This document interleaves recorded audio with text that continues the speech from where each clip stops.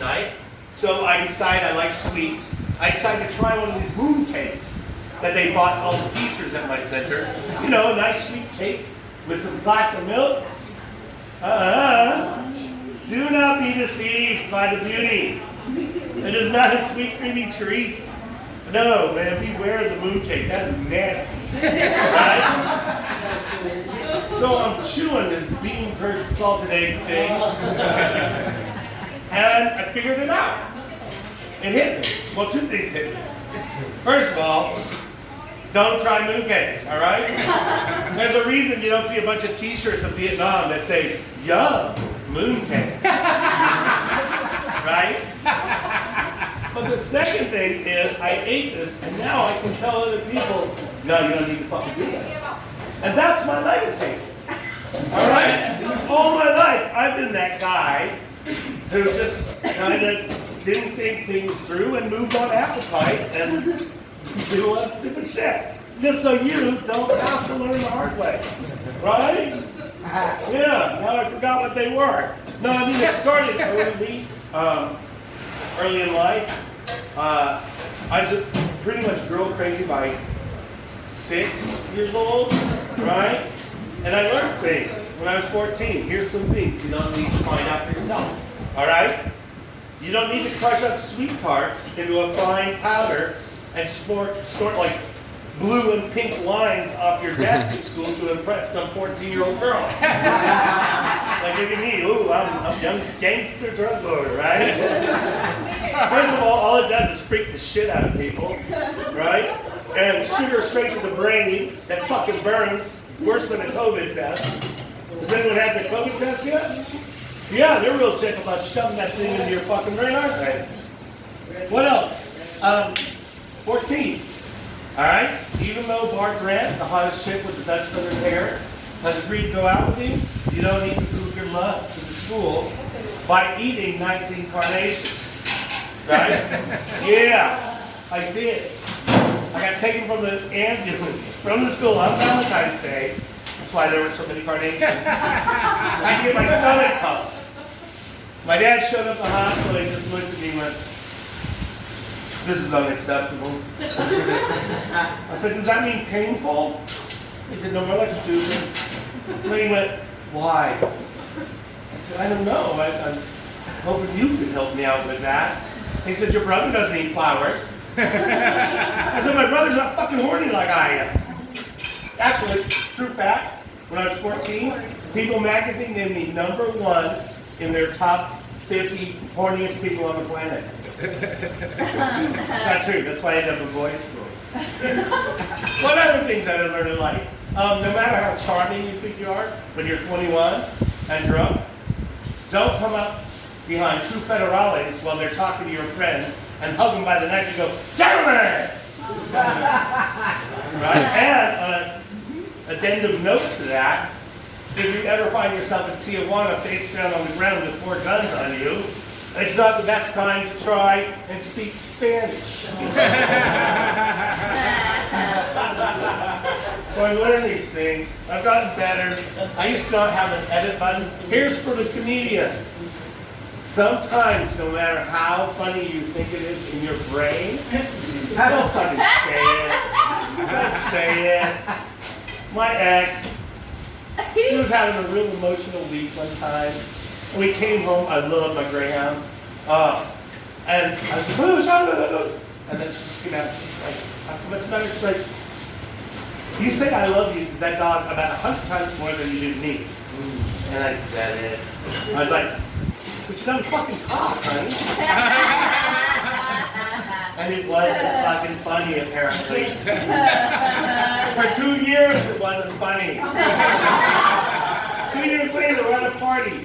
She's like, "So anyway, today, oh, hang on, is it okay if I talk, honey?" I'm not gonna talk.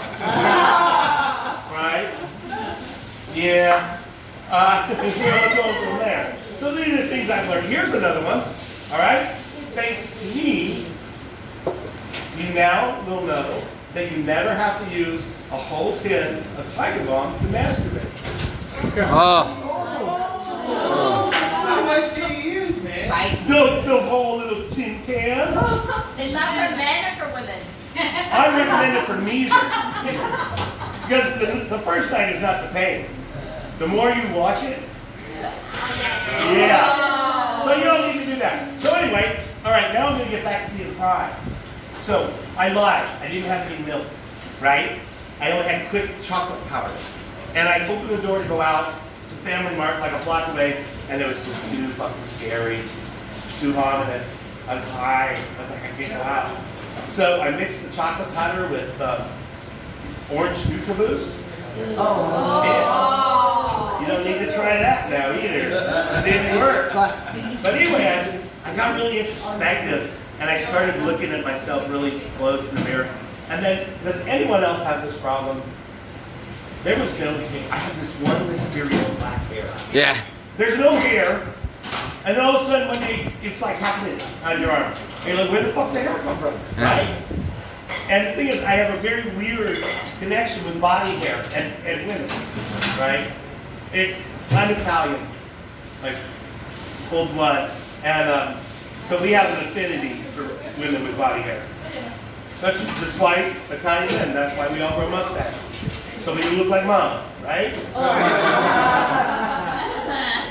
But all my life I've had this weird, I started thinking about, oh my God, what's all the body hair things? Like today's Wednesday, right?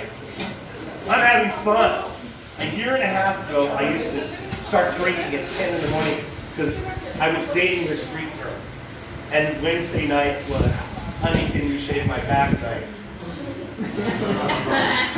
Sorry if you're Greek. I thought it was funnier than that, I guess. But, so who said I was in prison?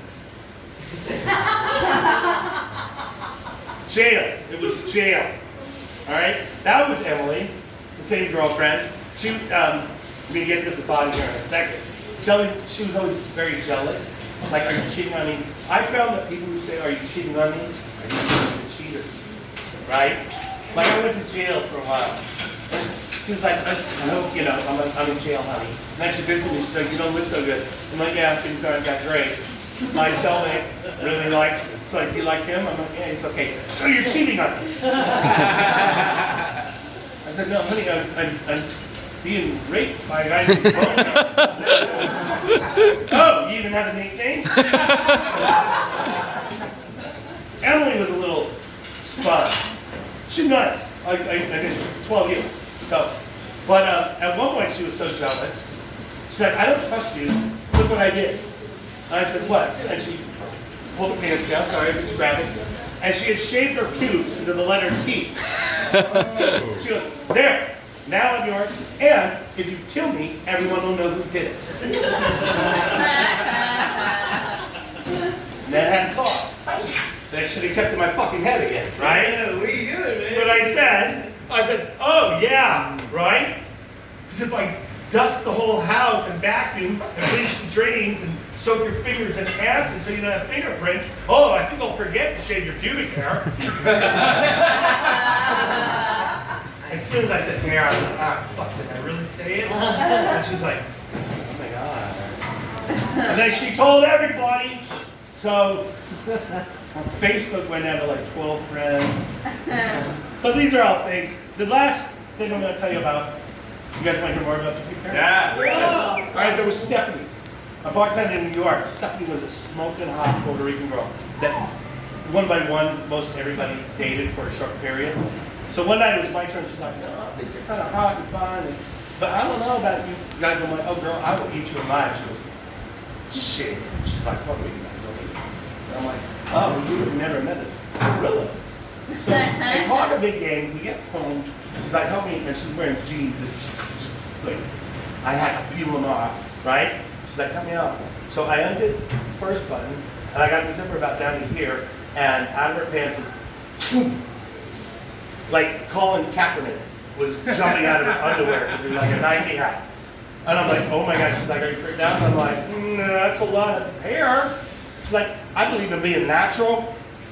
All right, this is coming from a bleached blonde Puerto Rican with orange bejeweled 3-foot-long nails, right? I'm like, oh yeah, natural. She's like, but I talk so much game, I have to back it up, right? And, oh man, I'll hurt No, but it's not bad. After 15 minutes, after you cry for a while, you heart it. But anyway, I got used to it. But then one day she came up to me and she's like, you ain't none of that anymore. I'm like, she's like, I ain't doing, yeah. I said, what? She goes, she's like, you smoke and drink whiskey, and she's like, and your semen's kind of bitter. And I said, oh. She goes, so I have an ultimatum. I said, oh fuck, I hate ultimatums. And also people that say shit wrong. Well, what is it? She said, I'm not going down on you again until you drink pineapple juice for a week. Well, I said, fine. I happen to like pineapple juice, but I now have an ultimatum for you. I'm not going down on you until your vagina looks and feels less like a pineapple. Do I have 30 more seconds? Sure. It's musical night. I won't continue that story. It goes into Finding Nemo. That's why we broke off. But I'm dropping a song next week. I don't know if you download things. I have a new country song. I'm not going to sing the whole thing. It's just a little ditty. If you like it, you know. Get it? Where's my... Just need a little sip. And I'm going to play guitar like Tommy. Okay. This is. Well, that old. Oh, he doesn't have glasses. That old woman we all like to came dressed in pink. Died last week, so we put flowers on her seat and tied in from her silent screams and wails. I miss my man. She's got wonderful breasts and a penis. She's from Thailand.